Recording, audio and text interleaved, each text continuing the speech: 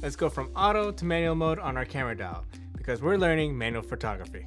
All forms of photography utilize the manual mode, most especially in low light situations. So we're going to compare daylight and low light situations and how you can program your camera and get the best shot. And the camera that we'll be using is the Sony a6400 paired with the Sigma 30mm f1.4.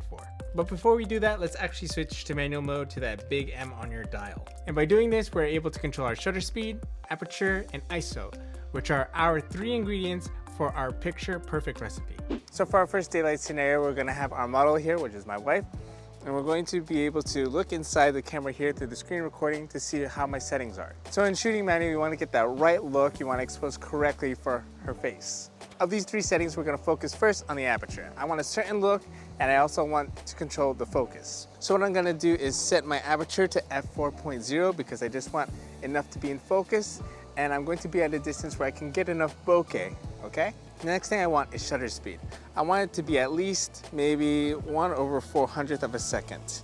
And as we look at her face, it's actually a little bit too bright. So what I'm gonna do is going to increase the shutter speed just a little bit, 600, okay. The sky doesn't look too blown out. I just want the image fairly well. I want to be able to see the details in the shadows and also the details in the sky, or the whitest part or the brightest part of the image. And the last thing I want to control is the ISO, which is controlling how sensitive the sensor is. It actually introduces grain, and not the good kind of grain like we Asians like, you know, the rice. Anyway, I'm gonna lower that all the way down to 100. Okay, maybe I'll back off on the shutter a little bit, just make that a little brighter, and there we go. All right, I like the way that the image is exposed. You can see all the details in the sky and see the details in the shadows. Now let's see how the photo actually looks. Okay, so the sun in my face is actually getting brighter. So what I want to do to compensate for that is to actually increase my shutter speed. And that will darken up the image a little bit more. So before I had it over 1/400, and now I want it over 1/640. All right, let's do that again.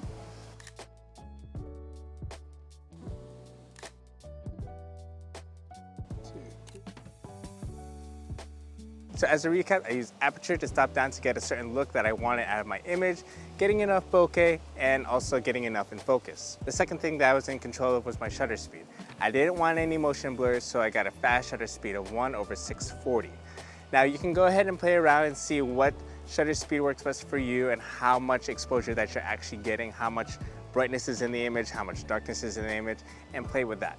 Typically, I like to keep my shutter speed 1/250th, but in a daylight scenario, you're gonna want a faster shutter speed, so keep cranking that. And the last thing that I was manipulating was my ISO. I hardly touched that.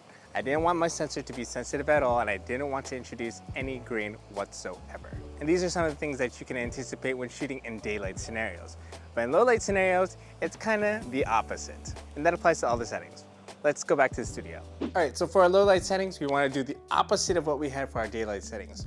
We want a wide open aperture, so that means we want to stop down our aperture to f2.8 since this is a zoom lens. If you're using a prime lens, it's probably going to be f1.8, or maybe it is f2.8 as well. For our shutter speed, I already have it at the lowest that I would like it to be at 1/250th of a second. You could step down a little bit more, but I want to see what my image looks like when I increase my ISO. See, right now our image is totally underexposed. So we want to raise up that ISO. Let's go maybe to 800. Okay, looking better. All right, so looking at our model here. Okay, not too bad, but it's still kind of dark. So I'm gonna raise the ISO a little bit more.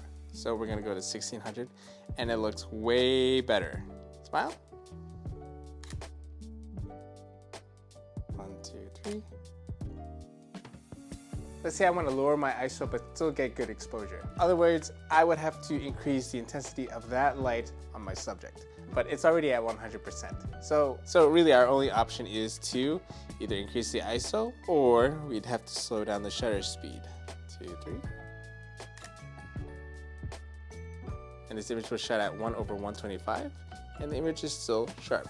The general rule of thumb is that you don't want your shutter speed to be any lower than the number of your focal length. So let's say I was using a 55mm, we don't want my shutter speed to be less than that, otherwise I might introduce some camera shake. But I found that shooting 1/250th of a second is getting the best results. Thank you very much, Reggie B, for dropping that tip. Hey, congrats! You now have a better idea of what it takes to shoot in manual mode. At least for now, because we have to keep the practice and the series going right over here. And until then, go out there and shoot for the life that matters. You're going there, right? Alright.